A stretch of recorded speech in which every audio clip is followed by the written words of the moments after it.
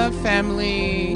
Today is a very special, special day. We are doing a celebration of life, birthday Ghanaian dish called Oto or Eto.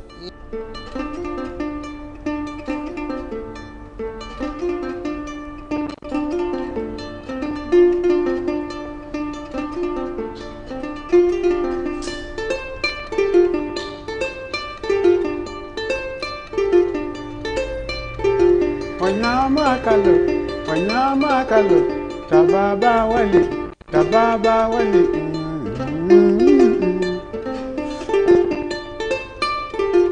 Nyande.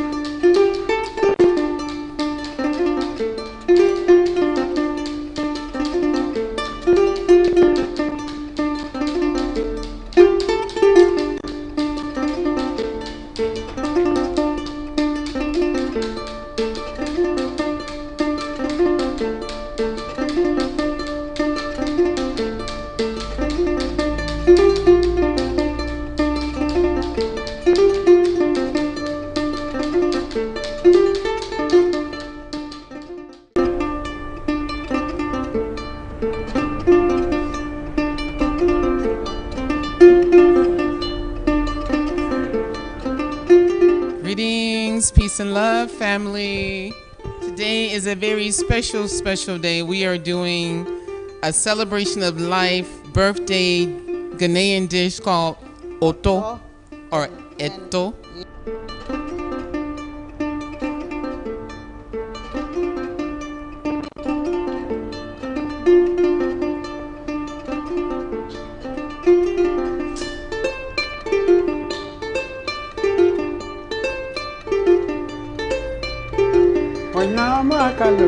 Wanyama kalu, tababa wali.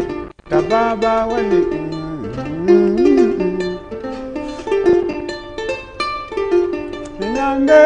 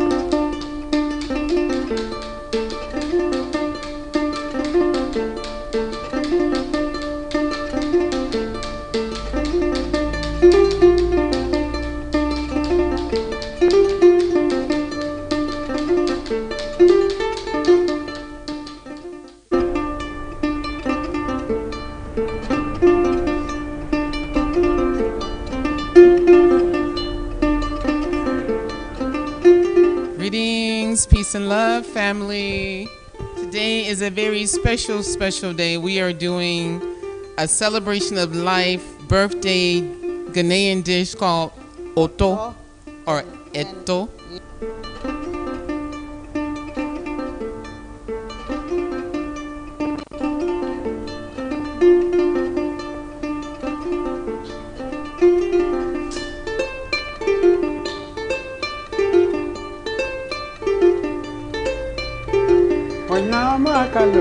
Wanyama kalo, tababa wale.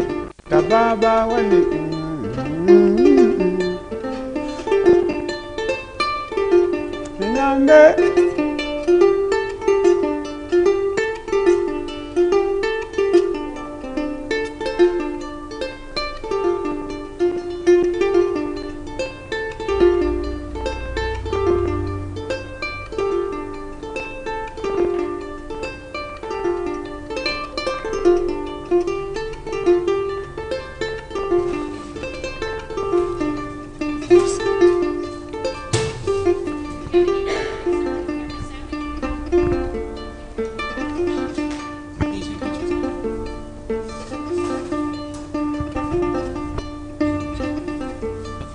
All right, you ready?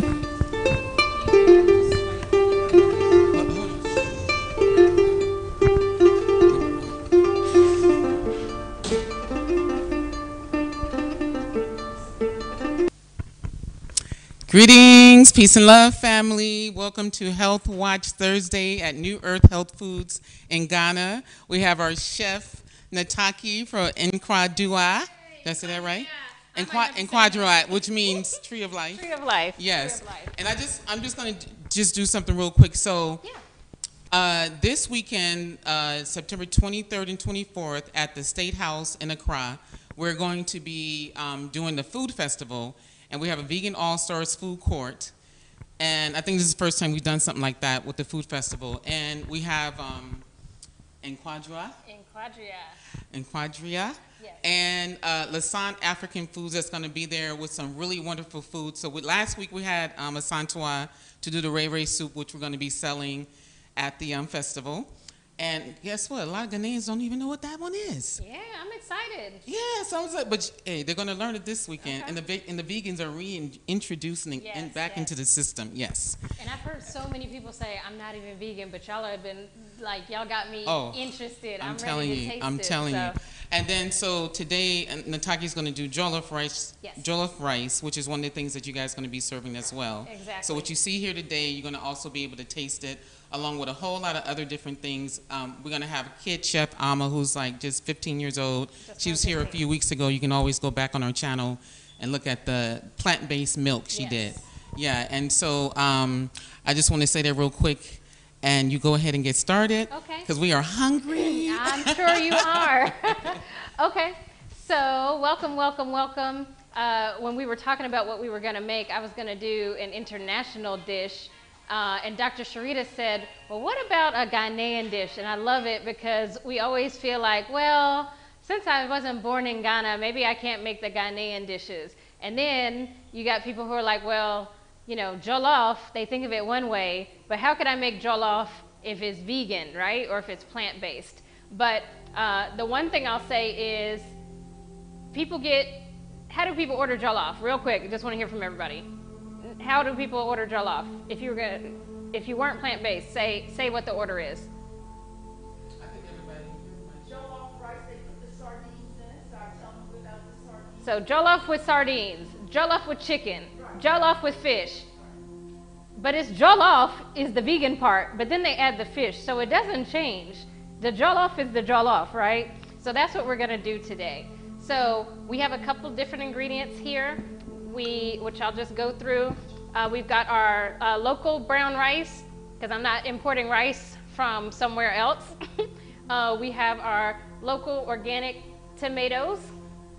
We've got our red onions that are also local to Ghana. We've got our pakposhito peppers, and I'm probably not saying that with the right accent, but the pakposhito peppers are what really give the poppin' flavor. And then we have sea salt and spices. So that's really it. It's not as hard as you think. Other than that, you just need your oil. So that's the basis of jollof.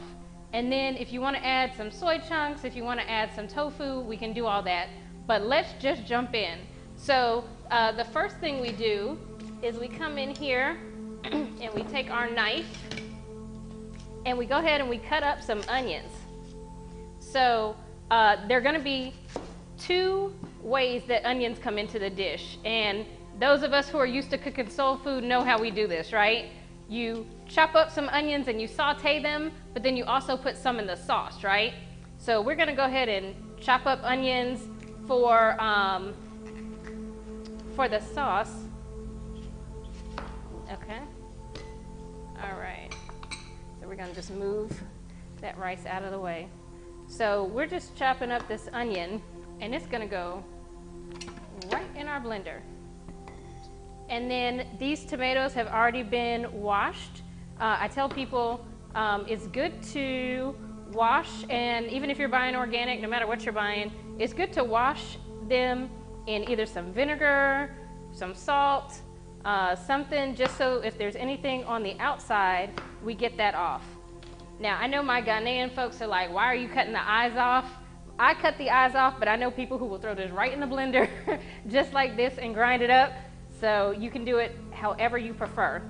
But you have your onion in, you have your tomato, and you're going to add your pakposhito peppers. Now, depending on how spicy you like your food, will determine how much pepper you want to add. So I'm adding a lot. Okay. So just in case different blenders are different, let me cut this onion up just in case. It's not, you got some of the power blenders that will chop that, but then you have other blenders that are like, oh, well, why you put something so big in here? So can you repeat the name of the Pakposhito. It's KPOSHITO.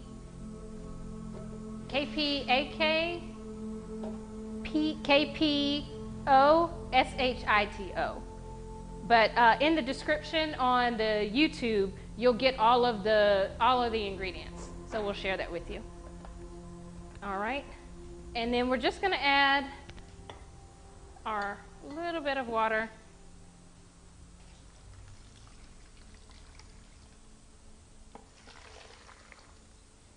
And can I ask you a question? Is it more a Ghanaian dish or Nigerian? So you get people fighting over it because it's definitely been popularized in Nigerian, and it is a Nigerian dish. But you have Ghanaians who said that there was a variation of this dish that existed in Ghana before Nigerians did it, and Nigerians get credit. And I think that's why they have the jollof wars about who makes it better, because some people claim that even though jollof is Nigerian, that the dish was quote unquote perfected in Ghana. You can, but you can judge for yourself. But at the end of the day, you will recognize the difference? There are differences? I mean, I think everybody makes their own jollof. Everybody puts their own spin on it. Go ahead. So, but I'll answer questions at the end for the sake of speed. I'll go through just the process so you can see the process and go from here. And I'm doing it the fast way, but if we're really getting down to earth, we could get out our thing and literally grind the ingredients and make a paste.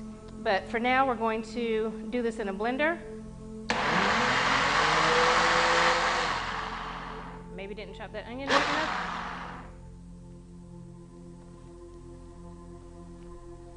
Make sure the top is on tight enough.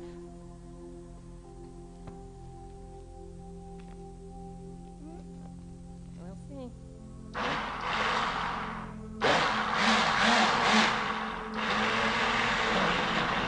There we go.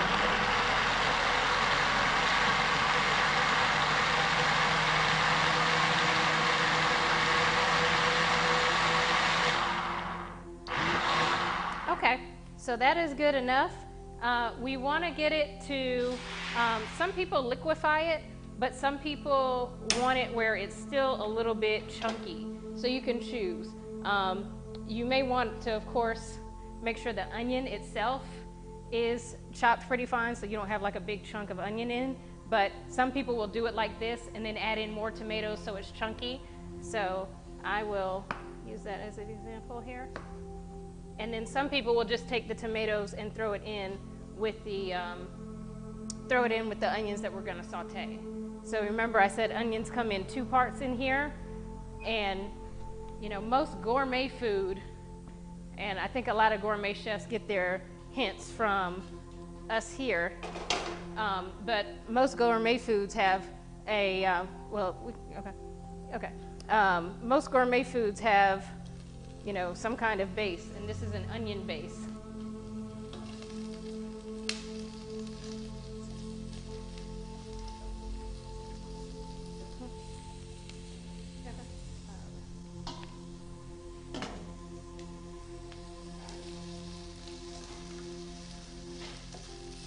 So we're just going to let them brown. One tip I always say, because when people do onions and when they think of cooking food that is not plant-based, you're constantly turning it. But you don't have to turn this. You can just let it brown and then kind of flip it. Turning it constantly actually takes longer. So I'm not doing a lot of touching. I'm just letting it brown. And then while it's doing that, I'm going to chop up the rest of my tomato here. You can leave a couple of slices. Okay. You can leave a couple of slices if you want to add some to the finished meal. And then we are going to, I added my spices already. All right.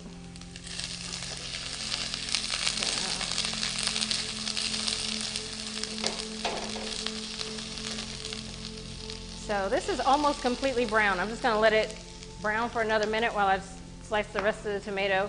But in terms of the spices that you're using, you can use pretty much anything. I start with some of the herbs like thyme, oregano, always have curry powder in there, turmeric, cumin, I do some dried basil. So all of those things go in, and I add them right to my blender usually. Some people will add them here to the pan, but I add it to the blender. I let these onions really brown, and then I'm gonna add in my tomato. But for those of you here, can you see how brown those are? And that's why I don't mix it around too much, because I just want it to get evenly brown. And because I'm going to also add in my tomatoes, they're going to keep what they call clarifying, which is just getting a little bit lighter in color. All right.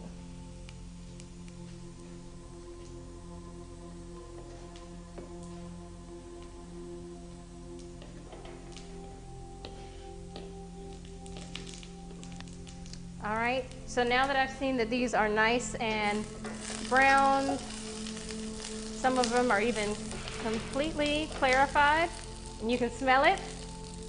It passes the smell test. I'm gonna add in tomatoes. I can add in more spices. For those of you who like your extra salt, you can add a little bit of salt water in here.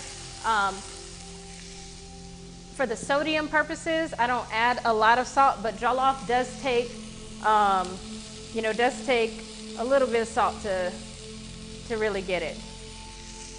But once you have this base, the next thing you do is you add in your puree.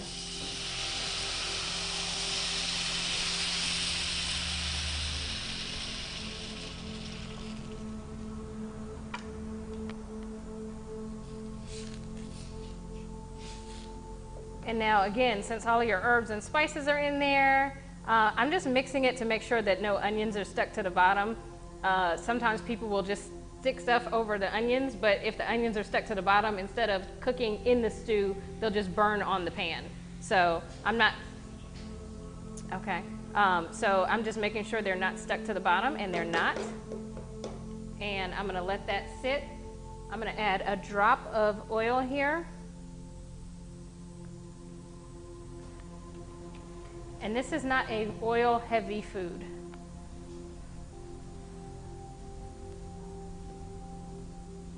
And I think I heard a question, but I didn't quite catch it. Did somebody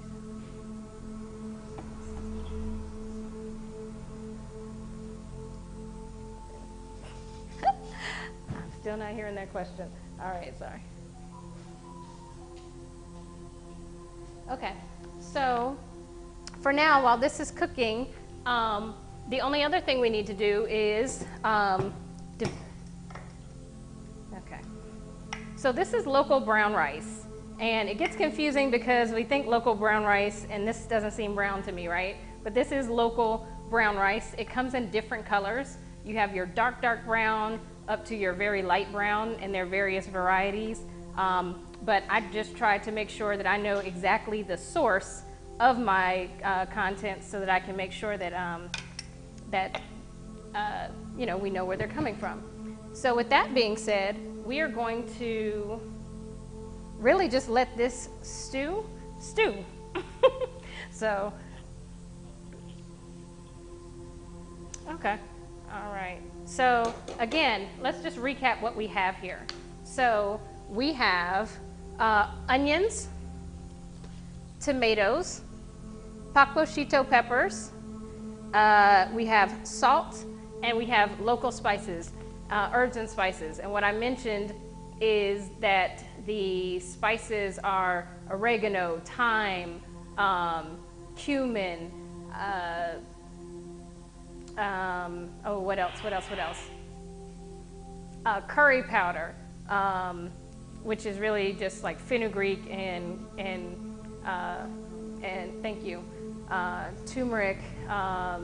So all of those go in, but it really can be, and people get intimidated, it can really be whatever you want. So the thing about jollof that is different than other dishes is it's really about how the spices marinate together and create their own unique flavor. So you're not gonna taste, oh, okay, this is oregano. Because we've mixed it and because of how we've mixed it, the stew takes on its own flavor. Does that make sense? Okay, so what we can see here is, I'm not gonna turn it, I'll put some, just so you can see. So it's this color right now, but what we're going for is almost a tomato sauce color, like a deep, deep red. And that will come, now some people actually put tomato paste in it, and it's very common now that people will put a tomato paste in their jollof. In fact, the bright red color comes from that tomato paste. There are different schools of thought on that, but I do know that a lot of that tomato paste is genetically modified. I was watching a story that someone showed of a plant that they were touring in China that put the Italian flag and Italian brand name on tomatoes that were just made in China, and the way that they processed that was not anything that I would want to put in my body. So since I don't know the source of those tomato pastes and I don't know how authentic it is, I generally don't use them. And for NkwaDua, because most people are coming to us because they want to eat plant-based food that came from a source that they can trust, we generally don't use tomato paste in our food. But what you can see now is just in the little bit of time that I was talking, the color has changed and it's more of a deeper red. But the higher, the longer you let it stew, the longer it goes. And what will happen is we're gonna take this and put it in our pot and then add our rice, and we're essentially gonna let it bake. And one of the first ways that I had jollof when I came to Ghana was what they called burnt pot jollof.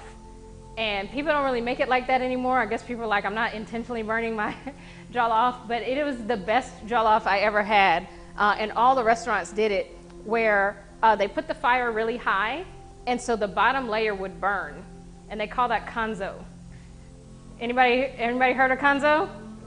All right, I thought I wasn't gonna say it with the right accent, but I see people nodding. So kanzo is the burnt part that they literally would charge extra for if you wanted that part, because it had all the flavors marinated in it. So with jollof, you're not thinking of like lightly cooked, you're thinking of it really thoroughly marinated in the stew. And so that stew is cooking, and it's not until this stew finishes cooking that we add it to our pot, we add in our plain rice, and then from there, we let it cook. And so I think this is ready. For the sake of time, we're gonna let it be ready, but it's now got a very deep, rich color. We see our onions have more clarified, but it's still a little chunky. Okay, so with that, we can go ahead and I have a little bit of tofu here. That can go in at any point. I'm gonna go ahead and chop it up and put it in my stew now. You can also, like I said, do soy chunks, you could do mushrooms. Generally, what you would want to do is saute and cook it so it has whatever flavor now. And then the jollof stew will add to that flavor. But you don't want to put an unseasoned item into the jollof because it will be bland when it comes out. Does that make sense? So season it first and then add it. And you can either add it at this stage or you can add it when it's almost done in the pot. So at NkwaDua, we make a veggie jollof and then we make a meaty jollof. And with the meaty jollof, what we do is we usually add like a soy chunk to it. And when we do it, we'll actually do more of this stew and saute with onions, just the soy sausage in the stew, but instead of it being watery, it's a very thick base so that it really absorbs the flavor and it has more spice. And you would think it's so much spice that if you were to taste it like that, you'd be like, ugh, I don't like this. But again, because it's going in the stew later, it all kind of marinates together and it ends up with that.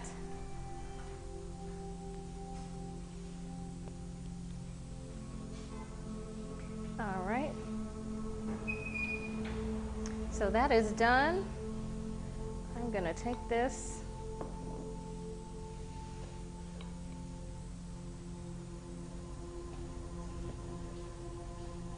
Okay. All right. So, even though, as our sister pointed out, that Nigeria is really what's known for having jollof in terms of the name jollof, some Ghanaians argue that this rice dish was a dish that was in Ghana without that name, and that that's why. Right. Oh yeah. I heard somebody say the Senegalese claim that it's actually from there because it is, and I think it translates to something in Senegal. But okay. So what I'm going to do is I'm going to turn this off. And I'm going to go ahead and add my stew.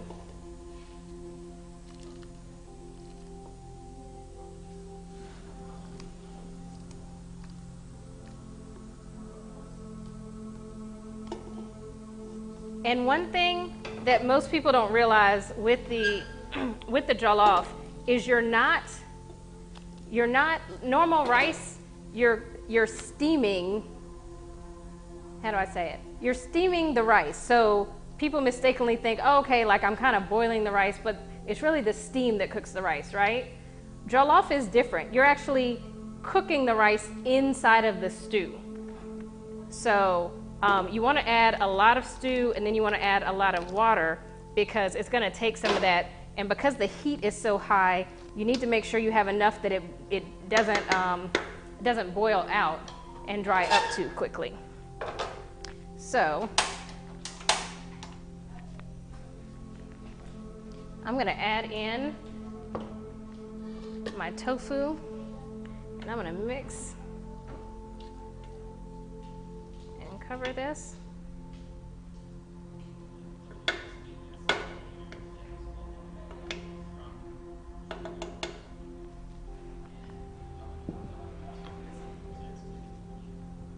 Okay. All right. So one key secret to getting this to come out right. Some people will cover this with a towel or cover it with aluminum foil and then cover it with a towel and then put this top on. The reason for doing that is you want to make sure this is completely sealed. It's almost like you're creating a pressure cooker. So it also makes sure that the rice doesn't just cook from the bottom, but that it also cooks from the top. So we're gonna let that do its thing here. We're not gonna do the burnt pot jollof because it takes too long, but that's what we have. But I heard there was somebody here from Senegal. Did I hear there's somebody here from Senegal? We have someone here from Gambia, Senegal. Okay. Before that, the Wolof people. It's on. Okay. It's on. Can you join us? Can you hear me? Can you hear? Okay. All right. So introduce yourself. Just come close to that. Alright, I'm Sekou Seka. I'm actually a Senegambian. I was born in Gambia.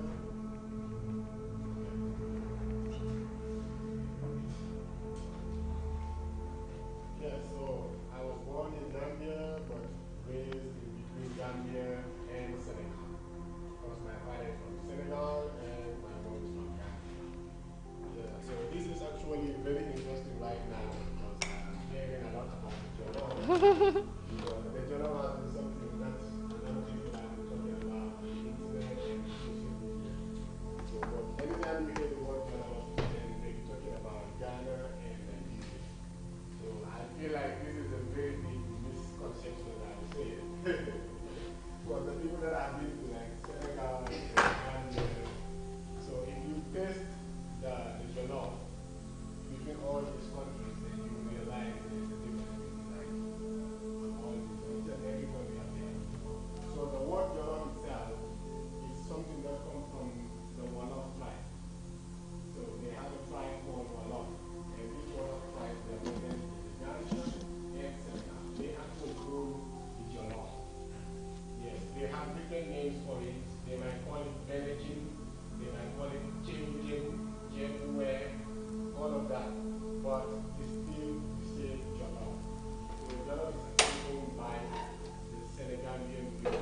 That's Senegal and Ghana. So Jollof is a Wolof word. It actually comes from the Wolof tribe. So everyone that actually created the jollof. Understand? But they have a different name for it as well. Not just jollof. They have Chimjim, they have Benachin. So what does it mean? What does the word jollof mean? The Benachin actually means like putting it in one pot. Mm-hmm. That's one chin, like one Right. pot. So you can cook everything Exactly, in okay. one pot. Exactly. And that's a good point because I do have people who will make this stew in a taller pot and then add the rice to it. And Exactly. normally I would do that, but for the sake of this demonstration, so thank you for even saying that. For the Exactly. sake of this demonstration, we were like, okay, let's saute the onions and be able to show the pan. But yeah, thank you. Good, good. So, and I love the part that you were talking about it, letting it burn a little bit. Yeah, so we have that one as well there. So people like me, I love it. I love that part. So if you're cooking it, you might think it's burned, the rice is burned, but they did it purposely. Yes, it's something that they actually did purposely. So I love it though, to be honest with you. The burnt part is like, it's a different flavor as well. Do you have a name for the burnt part? They call it hoon Cold? in Wolof language. Okay. They call it hoon. Oh, Yeah, okay. so I'm not familiar with the Ghanaian type, you know. Okay. Exactly. But it's really lovely. It's really lovely. So I believe if you taste all the Liberian, the Nigerian, the Ghanaian, then that's where you can realize the differences. So they just had a jollof competition in Nigeria few months ago, and it was won by Gambian. Okay. Yes. Uh-oh. Yep, it was won by Gambia, and this is not the first time Gambia won it. But I'm surprised that people are still talking about Ghana and Nigeria. So you're letting the secret out. So I'm letting them. I'm like, while they're busy exchanging, yes, we own Jollof, we own Jollof. Right, Senegal and Gambia are just on the other side looking at them like, okay. And Jollof is not a Ghana word, Nigerian Nope. word. That's what I'm telling you. So they are just standing and looking at them like, okay, you're competing for something that you don't own. I'm thinking about all the restaurants in the U.S. that argue over who has the best pizza, and the Italians are like, Exactly. we invented this, and y'all over there with these pizza competition, y'all know what y'all doing. So that's how it is. Even in the US, they have competitions there as well, the Jollof competitions. And most of it, like I said, is either Senegal or Gambia. There's a minimum chances that you might have Liberia, Sierra Leone, Ghana, Nigeria to win it. Okay. Yeah, I was talking to one of the Nigerian guys. He was like, no, the judges, they are not fair. I'm like, in your own country, you hosted it. Yes. So. All right, well, thank you so much. You can give the mic to her. So thank you. So who learned something new today? I like this expression that's been going around. I was today years old when I learned that Jollof came from Wolof, and that they own the word, they own it. So I am looking through my pot. I like to use glass tops because, like I said, I even made the mistake, I lifted the top. You want to keep this pressurized, so you don't want to keep lifting the top because it's just going to change your dining experience. So I'm using a glass top, and I can see it boiling. I'm doing a modified version for this because when we do our jollof for NkwaDua, we actually let it cook for a very long time. So we might leave it on. So I should say it this way. If you want quick jollof at home, what I did today is perfect for you. You threw it in the blender. You did it in not the one pot, but the two pots, so you can get this stewing. And then you can also do it in a more shallow pot than this.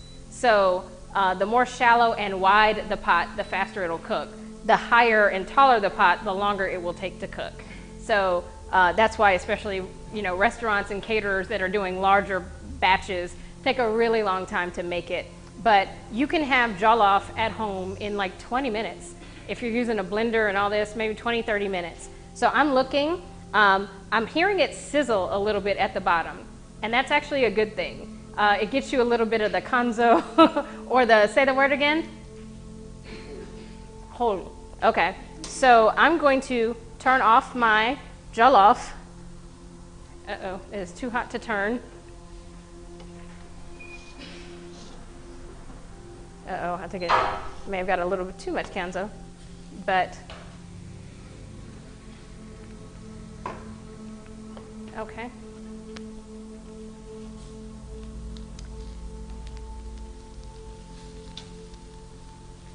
Okay. And so, I don't know how much time we have. So this is actually not a bad consistency. It's thoroughly cooked, and it is getting the little bit of kanzo on the bottom. The interesting thing about kanzo is when you do it right, it's going to be about that thick. This is not that. It's just a little bit burnt on the bottom, and with that, it's not enough to actually get up and eat. So right now, I just have kind of burnt rice on the bottom. Does that, you see the difference? A little bit, whereas if you have a thicker, if you almost think of like the crust of a cake, you can kind of char it on the bottom by mistake, but if you, if you get it a little thicker. But if I wanted to cook this longer, I could. This is still, so this is actually servable like this. So I don't know if we want to, because we're not gonna, we definitely won't take 45 minutes. But all of my spices, all of my herbs are cooked, the tomatoes are cooked down. So we're actually in a really good place. So I don't know, do we have portion cups? Do we have portion cups for people to sample? Okay. So I know people had questions. Does anybody have any questions before we serve? Oh, use these? Okay. Can you use a rice cooker? You can, but I've never tried. But the only thing about a rice cooker is you get the pressure But I don't know if rice cookers cook everything evenly. And we really want it to be kind of hotter from the bottom and keep the pressure in at the top. So I don't know if that would work. But does anybody else know? Okay, yeah. So a trick to getting it jollof consistency is that it is hotter on the bottom. And rice cookers, like I said, are mainly steaming the rice in the water, so it's the steam doing it. But in this case, you're actually cooking it in stew. So that's also different. So you're not boiling it in any water. The stew is the only thing that's cooking it. So I'm going to go ahead and serve some of these plates. And again, this is a little bit wetter than it normally would be, but I think for the sake of time, we are.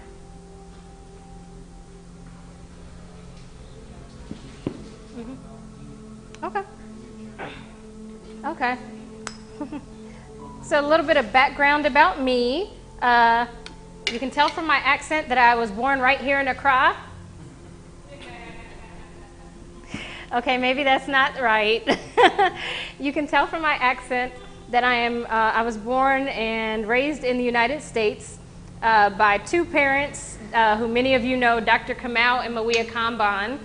And I always tell my vegan journey story is that when my parents met, my mother said to my father, you know, you should really go vegetarian because it's healthier.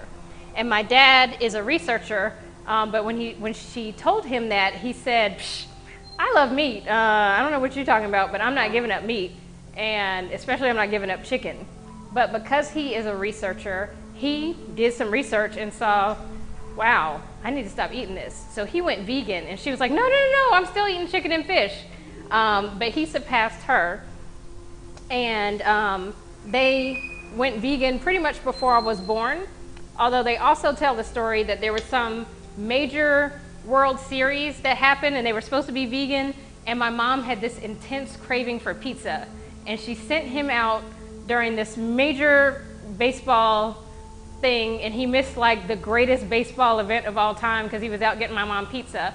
And for years I did have a love-hate relationship with cheese, and he blames that pizza that she ate when she was pregnant with me on that. But one of the things is just because of the health and also the animal part of it, I gave up dairy, cheese from animals, and NkwaDua now has a whole line of cheeses that we make in-house, and they're all plant-based. And as someone who used to be weak, I don't play with cheese. And I don't like the cheap cheese. I like the really good quality fancy cheese. So I was a big mozzarella fan. I was a big, all of them, feta, all kinds of cheeses.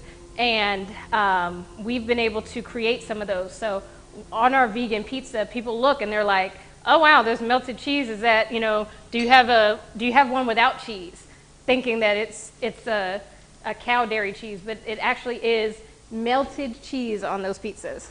But yeah, I began cooking when I started a vegan catering company out of my college dorm room, and I earned over $5,000 in less than 6 months, and then I began earning more, and I used the proceeds from that to found my consulting firm. At the time, I wanted to be able to launch a vegan restaurant, and I shopped business plans around, and they were like, wow, this is the best business plan we've ever seen. We want you to display your business plan for other people, because most restaurants come to us and say, people gotta eat, I make food, give me money. And I had a thorough marketing plan, etc. And they said, yeah, we love your business plan, but you have the experience and credit of like a 21-year-old, so we're not gonna give you $150,000 to do a kitchen.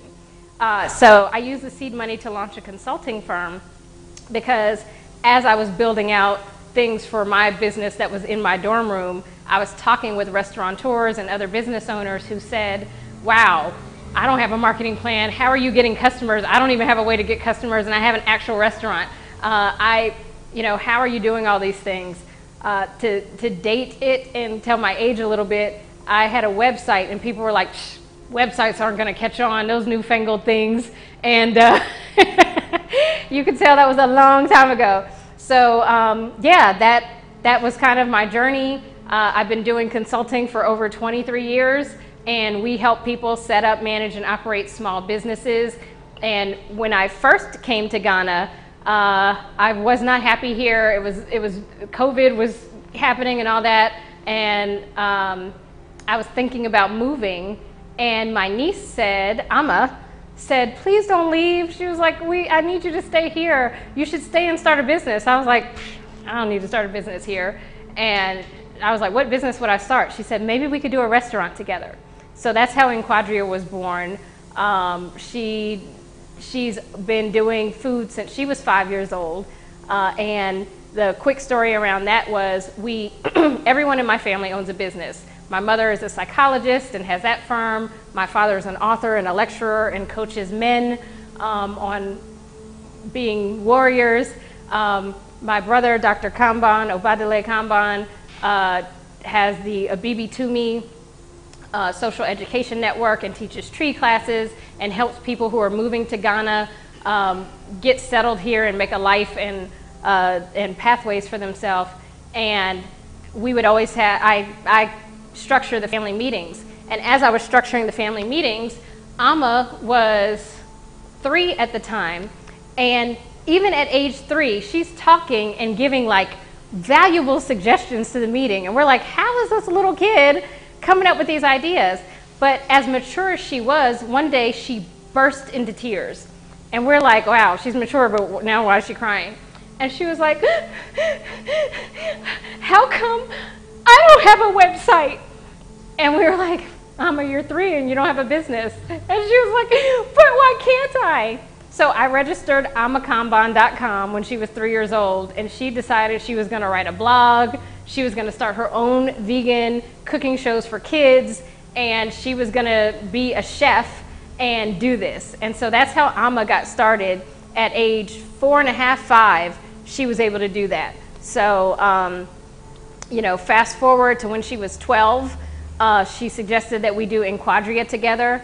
And the timing was perfect because when COVID happened, especially for vegans, we were able to serve, we do takeout, or takeaway, as it's said here. Can someone hand me a face towel?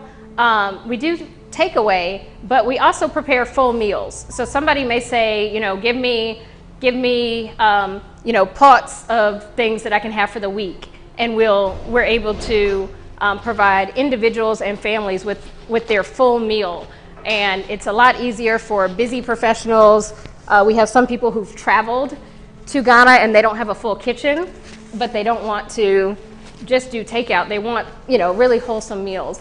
And we were able to help a lot of people who would have, we had one person who was like, I would have starved to death during COVID if it wasn't for you, because at the time when the lockdowns were happening, you couldn't even leave your zone to get to places, and a lot of the farmers had, you know, weren't able to come. But we had relationships with the farmers directly. This is truly a farm-to-table restaurant, and because we were able to do that, we were able to serve several families and individuals during COVID. So that is how we came together, and we still do the Ghanaian dishes. Chef Amma has been doing Ghanaian dishes her whole life. She has 4 siblings. So between my parents who moved to Ghana, her parents, and her 4 siblings, there are 9 people in that house. And so she is the main person who cooks for them. And then she also cooks for community events, and of course under the brand NkwaDua, she does catering and everything else. So that is who we are. I wanted to let the food cool down because sometimes I do these demonstrations and it's piping hot and people don't want to wait and they burn the roof of their mouth. So now we're going to distribute samples. Question. Yes. Can you hear me? So what was your biggest challenge in becoming vegan? Okay, so I did leave that part out. So, you mean, so I was raised vegan, But then I did eat cheese. My biggest challenge was like a lot of black women, was addicted to cheese. And it wasn't, I've never had a glass of milk.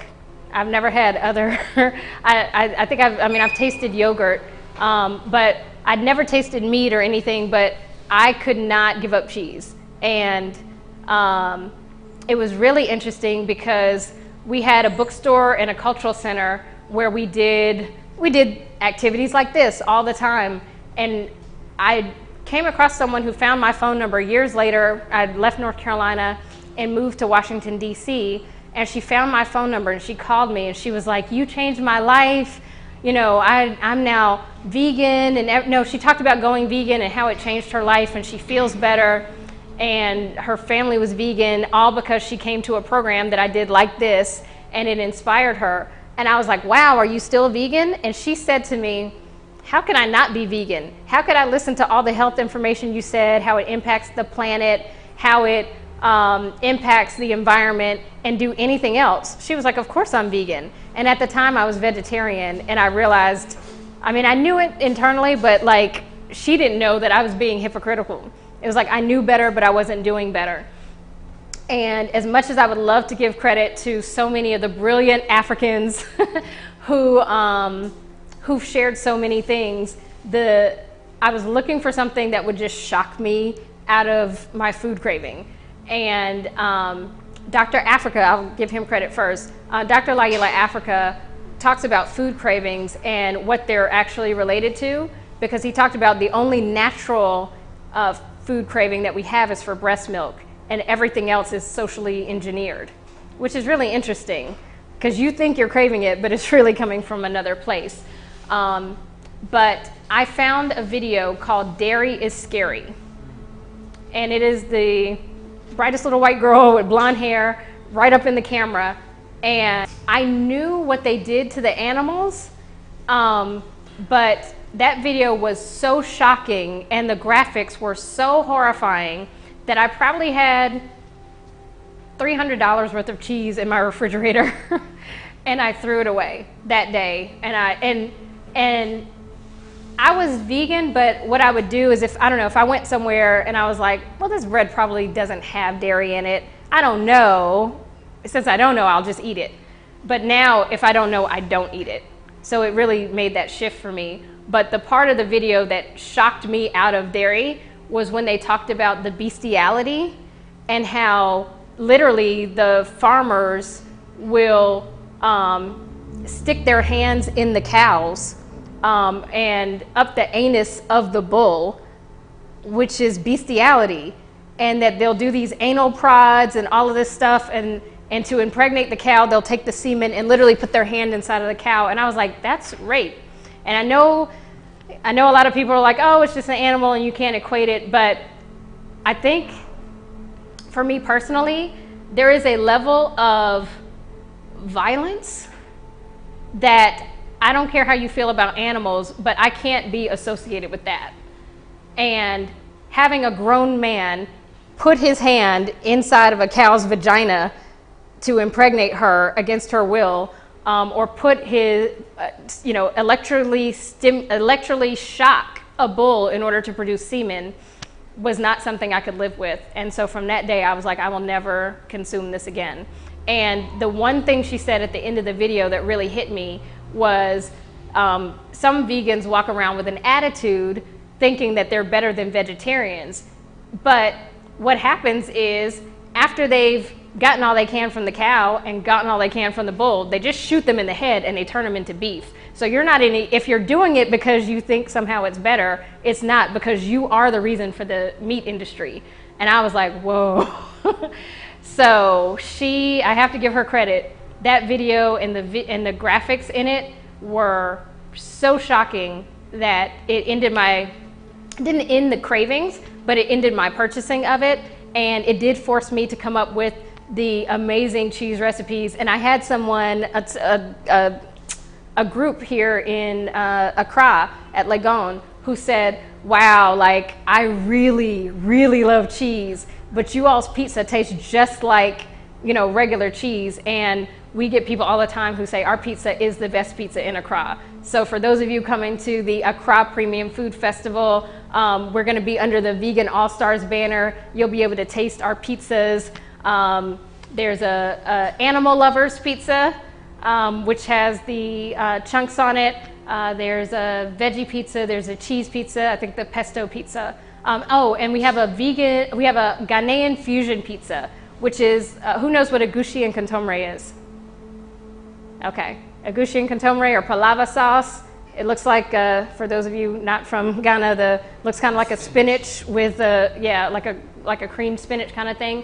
So that is a Ghanaian dish, but we have a pizza with that, and it's an amazing fusion. And so everyone, I wouldn't say everyone, but most people who've tried it are like, that's one of our most popular pizzas. So yeah. All right, so I want to invite you all up to come taste. I think it won't burn your mouth and you can actually get the flavor now. So everybody stand up, come forward. All right, everybody, don't be shy. Surround us, surround us, surround us.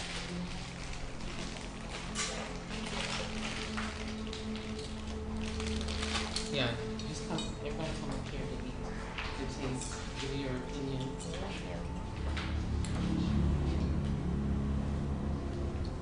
Great job, Nataki. Great job. Very thorough. Hi. I think I know how to cook jollof rice now. All right, thank you. And did anybody have any questions?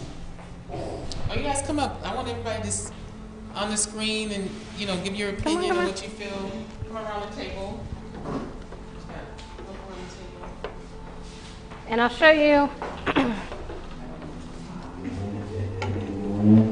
Yeah, we gotta really get you the judge. So I can't, so we didn't do it. He's got to taste it on Saturday when we do it the right way. This was demonstrational food.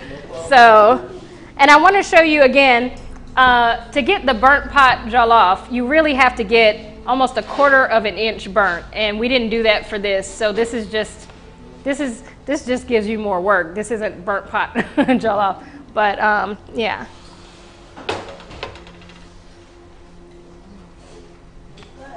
Mm-hmm. I like that it's still moist. Mm-hmm. Yeah. And now you can, so I have people who don't like it moist. Yeah. So we have people who literally say, I don't want it like completely dry, but like our diehard jollof people, they want it to be like, you want each kernel to be able to separate and fall. So for this demonstration, we have it like this, but when we do it and when you have it at the food festival, it'll be like kernels separated. I like the flavors, how they've blended together, and also having the chunks of the pepper and the tomatoes, and then again, like I said, not having it too dry. It's really good. Mm-hmm. Thank you. Hello. Okay, so it has no meat in it, no meat, and it tastes really nice. Yeah. It's okay. It's okay. I'm Nigerian. We're not shunning. I'm Nigerian. I'm used to the meat, jollof, the pepper, the spice. But I like this. Okay. And you've done a very good job. Thank you. But can I ask, the original recipe for jollof, is it inside? The meat is inside, or you have it with meat?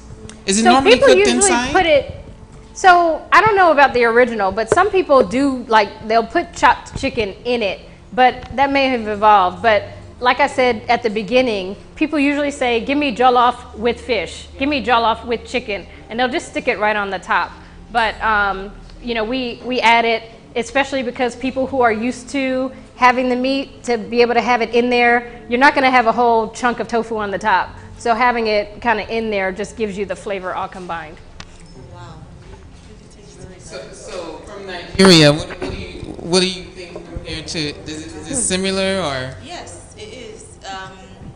It is. The flavor. Yes, the flavor is really nice. It's just the pepper. But is pepper a vegan thing too? Yeah. This is we use pepper. I didn't put too much because I don't know who can take, but. But with the pepper, it would be perfect. It would be like Nigerian. Yeah. So it's more. Yes. So when people special order, there's a guy who orders and he says, make it as hot as you can get it. So we have those people too, but in a group setting, and on Saturday, honestly, we can't make it that hot because not everybody can take it. So we'll do something on the milder side, and then we'll have like a pepper sauce that you can add to it if you want it more spicy. Oh, this is delicious. I'll finish it. Okay. Okay, so now the and you can be the WOLLOF man. I need to say something though. I tell people this, and I've said this my entire cooking career. And I'm obviously an amateur chef. Started in my dorm room, and just people like certain dishes. But I say this to people all the time, especially when I'm experimenting. If you like something, tell me. I should have said this before you all talk. If you don't like something, also tell me, because heaven forbid you tell me this is the best thing ever, and then I make it for you every day for the next. So tell me, because now I know if I ever do something for her, let me add some pepper. So brutally honest, I can take it. 2 out of 3 would still be okay. Okay. I would say. Oh, camera. Okay, I would say this is actually lovely. To be honest with you, this is what we used to, like she was saying, the part that they have to put the meat inside of it, or the chicken, or the fish. But the vegetarian one is not actually popular when it comes to the Senegal, because people are used to the meat and the fish. But for the fact that you still make it taste good without the fish and the meat, that is something really amazing. Yes. I feel like I'm in like a cooking company, you gotta start a little competition. These are the judges. Yes, so the food critics. Yeah, so it's really good because it's still tasting the same to me, even without the meat. Okay. Yes, but for now I've seen a lot of people have their own vegetarian version. Like, you don't have to put the meat inside or the fish inside. And like she was also saying, the Nigeria and Ghana also, they love it to be spicy. So even the spicy, we have something that they call like a pepper sauce. Exactly. They call it carne sauce in the Senegambien region. You can prepare that one separately for the customers that want exactly it to be spicy. Exactly. And the fish and the meat too, they make sure it is separate, because some people don't want anything that has to do with the meat and the fish. So these are all options. So the jollof had, if you don't eat fish or meat, you can't eat jollof. So this is a demonstration of it right now. We have Ghana, Nigeria, Gambia, Senegal, we United have Jamaica, States. We have United States, we're at Guadeloupe. Whoa. I mean, this is Africa. This is international. Yes, this is it. This is what it's about. And food always brings us together. Food and music always brings people together. And it's just nice to I just know, I was like, look at this. We're in Ghana, we got all these different people here and at a vegan demonstration. Exactly. And what I love is this is more Pan-African than I've seen in a long time. And on Kwame Nkrumah Day. Yes, happy birthday, Kwame Nkrumah, yes. Kwame Nkrumah, Dr. Kwame Nkrumah. Yes, Asajie Fu, Kwame Nkrumah, yes. Happy birthday, happy birthday. And thank you, Dr. Sharita, because this our customers that, where can I find, in addition to getting the nutrients that we need. Want some food, okay. They over there dancing behind the camera. And I would just invite people, you can go to NkwaDua.com. You can spell it because it's right here on my apron, NkwaDua.com. The menu that is on there now is taking to get food at the festival so that they can explore a career in culinary arts. And the one part that I'm super excited about is that Kid Chef Amma teaches cooking classes. And she had a cooking class student who was 4 years old, I think, at the time. And his mom said he doesn't like anything. We listed off like 100 foods. She was like, he doesn't like anything. We were like, what does he like? She was like, he likes lemons. And we were like, and? She was like, So we made an entire lemon menu for him. So we did lemon cookies, lemon popsicles, lemonade. I think we did a lemon salad. And at 5 years old, this little boy has decided to start his own lemonade business. So 5-year-old Caden. Be 3 or 4 vendors that are doing vegan food, and trust me, you're going to be a believer. You're going to change your ways. I'll just say that. So please, please do not miss out on it. If you're in Accra, please show up and support. This is the 10th year. Melissa Mensah of Accra Premium is the founder of the event, and she's been asking us to come on board since the very first. Very grateful that Chef Nataki came, and then we're going to have Chef Ama and Chef Asantewa that's doing the African vegan. And it's a big area where you can bring your family. You can even bring your dog. Okay, this is a serious family event, and it's going to be different activities of doing things like that. So it's a really fun time, and just come hungry, come with your money, okay. And it's going to be lots and lots of samples. So many people are going to be giving out samples as well. Okay? Can I add one thing in there? We have a lot of customers from all over the world at NkwaDua. I'd say 10% are like diehard vegans. 90% are not vegan. They just think the food is delicious. And I think that's the myth that we're trying to dispel, that you have to be vegan to eat vegan food. But the little thing, anybody here eating coconut? Like, coconut is vegan. When you were eating it, did you have to say, well, I'm not vegan, so I can't eat this food because it's vegan? It's just food. It's just a political word anyway.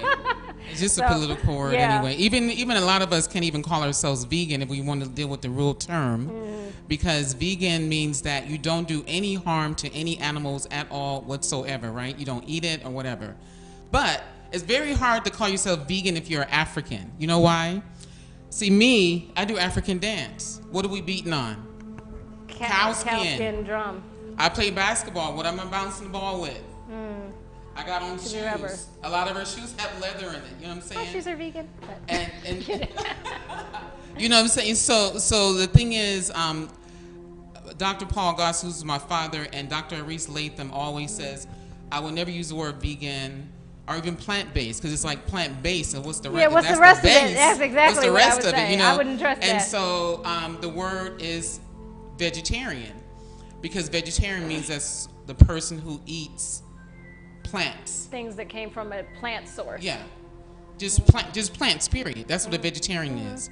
A person that eats plants. You know. So anyway, I wanted to bring that up because my one of my teachers, Dr. Aris Latham, has always, he's on video right now on YouTube talking about it. It's like he's not about it. So really vegetarian, I want to bring that word back.